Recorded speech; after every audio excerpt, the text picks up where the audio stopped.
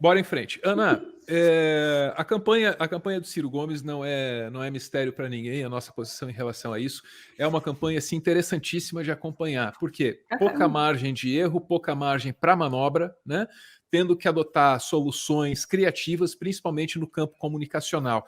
E inovou, e inventou, fez e aconteceu, fez React, né? Se apropriou de formatos novos, tudo muito interessante. Ana. Mas aí, de uns tempos para cá, desculpa, veio uma cascata de erros, um atrás do outro.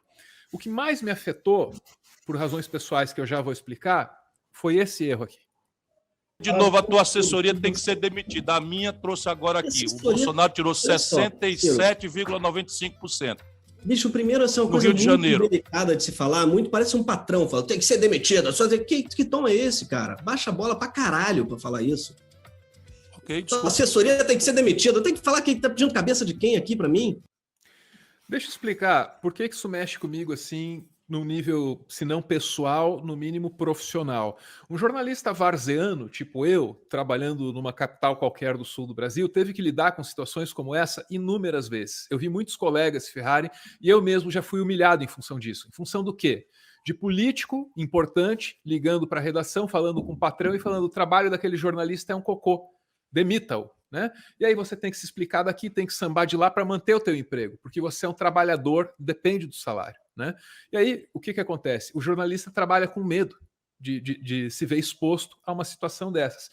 O Ciro Gomes fez isso no ar, eu não sabia, mas tem um podcast muito interessantíssimo que me recomendaram depois disso, Ana, mostrando os bastidores da política do Será, e parece que a relação com a imprensa lá, às vezes, foi um pouco conflituosa. Mas, assim, ele fez isso de público, foi super indelicado, e o que aconteceu depois, Ana, especialmente com um dos profissionais que trabalham lá na redação do Greg News, foi um horror, foi um horror. E não é fofoca, não. O próprio Bruno Torturra me contou, tirou no mínimo 300 prints de gente, Ana, falando que ele recebe Pix do PT, falando que ele está comprado, que ele é militante do Partido dos Trabalhadores e o pior de tudo,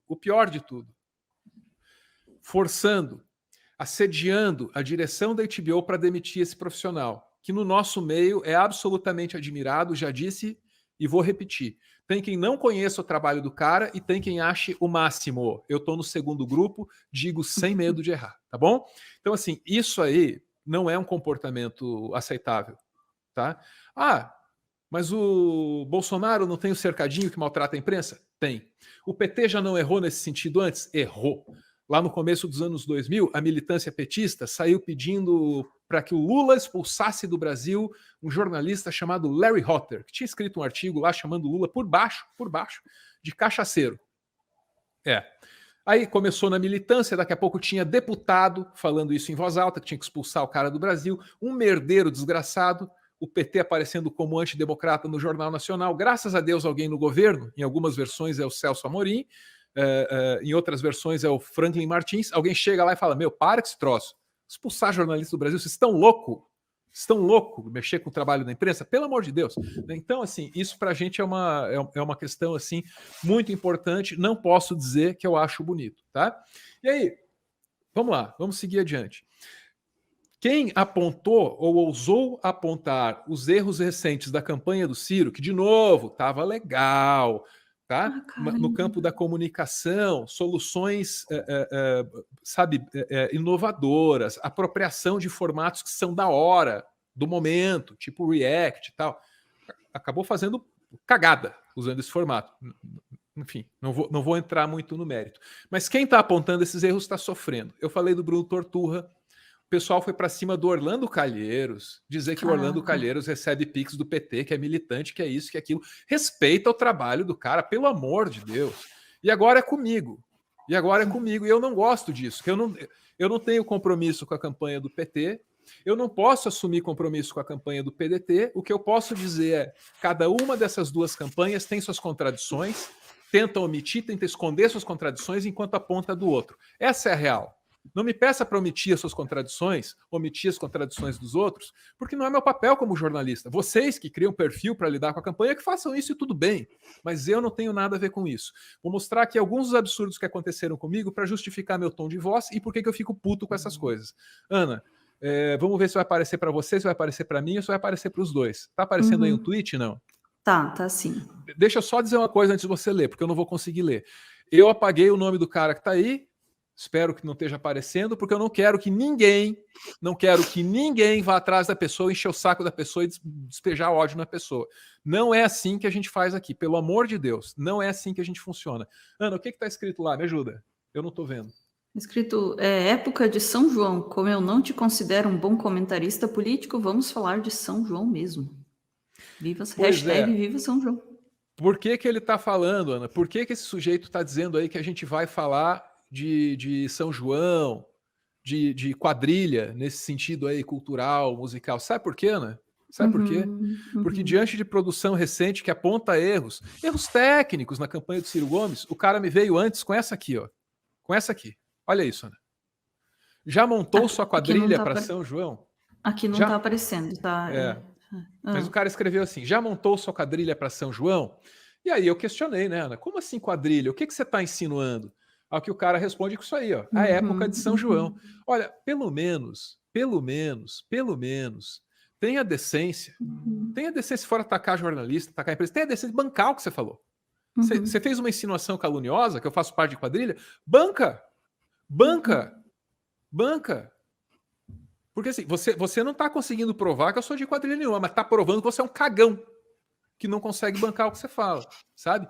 E aí, Ana, tem outros lances aí também que mostram assim que uma parte dessa militância está saindo fora de controle e a parte que tem juízo tem a obrigação de tolher isso aí, de botar disciplina nesse troço. A parte que tem juízo tem obrigação de dar um jeito nisso aí, porque assim, nenhum dos criadores que eu mencionei aqui merecem o que está acontecendo. Nenhum dos criadores que eu mencionei aqui merece o que está acontecendo.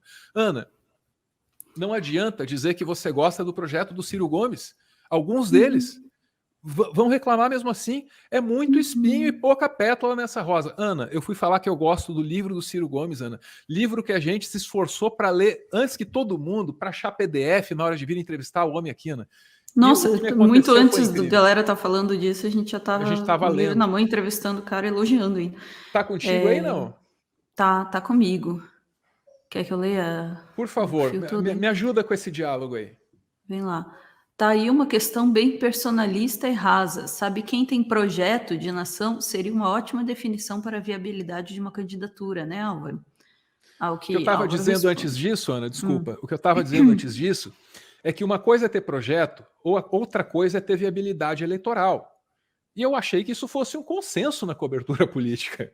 Não é o melhor projeto que necessariamente tem mais voto. Que bom se a vida fosse assim, Ana. Enfim, continua ali, Álvaro responde a qualidade do projeto e reconheço a qualidade, gosto do livrinho, não tem nada a ver com a viabilidade eleitoral, exatamente o que ele falou. É triste, mas não fui eu que escolhi que fosse assim.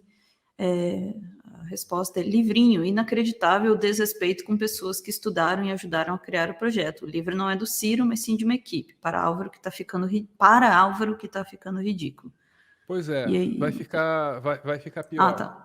Aí eu disse para ela, Ana, que dizer livrinho não é feio, Ana. Nós também escrevemos um livrinho, que é curtinho, né? Olha lá o que eu mostrei para ela, Ana. Lembro do... É Marshall Lott? Marechal, escrevi errado. Marechal. Eu como que é letra. isso? Eu como mais Marechal. letra que lasanha. Nossa, realmente de Marshall para Marechal tá difícil. Marechal Lott, desculpa. Raro caso de legalista nas Forças Armadas.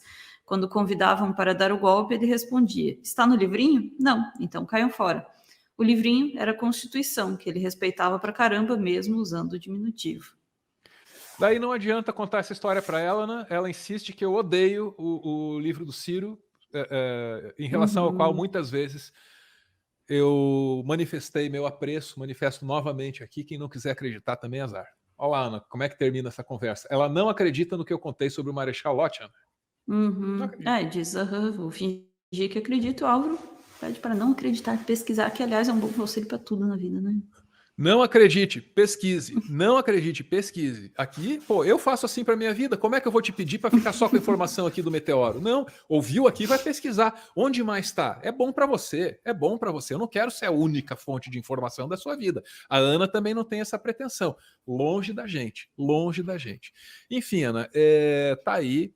Quero dizer que essas nossas colocações a respeito da campanha do PDT não tem absolutamente nada a ver, porque eles dizem isso. Você só dá bravo com o Ciro porque o Ciro ataca o Lula e você reverencia o Deus Lula.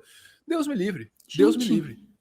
Deus me livre. Né? Eu compreendo a necessidade da campanha do PDT em atacar o PT. Eu super compreendo. Eu só não gosto quando isso cai na esparrela de se assemelhar a um moralismo lavajatista, o PT inventou a corrupção, etc. e tal.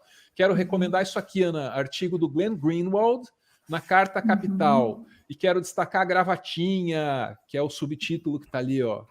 Estou de acordo. Não é necessário concordar com a estratégia de Ciro para compreendê-la, exatamente. É isso aí. Então fica recomendada a leitura, porque Ciro Gomes aposta no antipetismo. De fato, irrita um monte de petista aí, né? E o Ciro, assim, ele entendeu que ele tem que falar do Lula o tempo todo, porque ele tem a esperança de captar o voto antipetista. Ana, se o antipetista votar no Ciro Gomes, legal. Se tiver 2 democratas no segundo turno, legal. Mas os 2 democratas têm que se comportar como tal. Um não pode atender a militância dele que quer que ele expulse o Larry Hotter do país. O outro não pode, pelo amor de Deus, pegar num YouTube ali com uma audiência de, sei lá, 30 mil pessoas simultâneas e falar, demita a sua assessoria de cocô. Então, entendeu? Não é aceitável que ninguém faça isso. Dito isso, Ciro no Flow ontem falou Lula quantas vezes? Pra caramba! O Lula e o PT, que o Lula e o PT, o Lula tava do Lula, e o Lula foi lá, ele era o Lula e o PT. O Lula quer mesmo que o Lula. E o Lula, quando o Lula parou, o Lula é do Lula.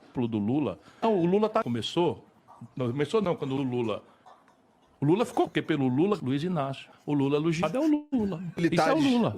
E o Lula tá. De novo, atende à estratégia da campanha. Sim. Hoje a gente soltou um vídeo a respeito disso, tem considerações do Roberto Requião sobre o Ciro Gomes, muito pontuais, muito equilibradas, viu? Pode ver o vídeo se você quiser. Quero ouvir a Ana sobre essa história, Ana. Tentei falar sobre essa questão assim que me incomoda. Vou colocar outra coisa na mesa para dizer por que me incomoda. Vocês do PDT que dizem que eu recebo Pix do PT, isso é uma sacanagem, isso é uma insinuação caluniosa, tá? Vocês têm que saber do seguinte, eu nunca trabalhei para o PT, eu nunca fui filiado a partido nenhum. Mas eu trabalhei na prefeitura de Curitiba na gestão do PDT. Tá bom? É isso. Ana. É foda. Isso é que é foda. É muito injusto. É muito injusto. Enfim, eu vou tentar ser breve nessa consideração. Assim, a campanha do Ciro tem muitos méritos comunicacionais, né? Como você já tinha falado ali atrás. Tem muitas abordagens inovadoras, tem uma potência nas redes interessantíssima. Eu particularmente acho muito interessante como o Ciro foi o único que conseguiu, de fato, estabelecer uma conversa um pouco mais jovem, e assim, tem tudo para, né, tá, tudo bem, ciranha à parte, né, tem tudo para ser muito esquisito, né, um candidato, tentar parecer cool, mas ele consegue isso, assim, então tem uma campanha, uma pegada de comunicação muito interessante, mas também consegue ter um procedimento de comunicação que representa, né, muito assim dos problemas que a gente vem tendo na comunicação pública, especialmente na comunicação política no país. E é incrível e interessante, né, que essa campanha represente essas duas coisas, assim, muito, muito suco da internet mesmo, né, para mim, essa campanha. Então, os ataques muito, né, muito viscerais, assim, muito fortes, né, contra comunicadores, contra, enfim, jornalistas em geral, contra apresentadores, comediantes, quem quer que fale qualquer coisa que desagrade e tal, isso vai manchando um pouco da campanha, né? E eu super entendo quando as pessoas dizem, mas nem todo cirista. Sim, né, assim como em várias outras esferas na vida, a gente entende que, né, não é uma massa homogênea, mas é um comportamento que vem encontrando ecos muito fortes, não apenas na militância, mas aí também no próprio comportamento do candidato, né, ao confrontar o do Vivier, enfim, e essa coisa vai criando uma imagem para o Ciro que é realmente infeliz, assim, nesse sentido, né? Ele poderia fazer uma campanha muito melhor em termos comunicacionais, tô nem falando politicamente, tá? Em termos comunicacionais, ele podia fazer uma baita campanha, e esse tipo de abordagem, assim, que está acontecendo com uma grande recorrência, né? Causa aí uma mancha, né, nesse currículo da comunicação da campanha, que é uma pena. Aí, sobre o teor disso, acho que vale o mesmo que você já tinha falado, Álvaro. Dizer que a gente recebe PIX, né, do PT é fácil, quero ver bancar, de verdade, quero ver bancar, porque é uma ilação, né, fácil de fazer, né, uma insinuação caluniosa, fácil de fazer, mas eu te digo com toda certeza, impossível de bancar, porque não se sustenta na realidade, não se sustenta na verdade. Mas é um comportamento que virou meio modinha, né? E o Pix já caiu aquela coisa, e a quadrilha, não sei o quê, né? E é terrível, né? Porque vira uma banalização, né, de um comportamento que é passível, né, de judicialização, e que não leva a nada, né, só destrói o campo do debate político e destrói o campo da comunicação também. Isso daí talvez seja o que mais me chateia.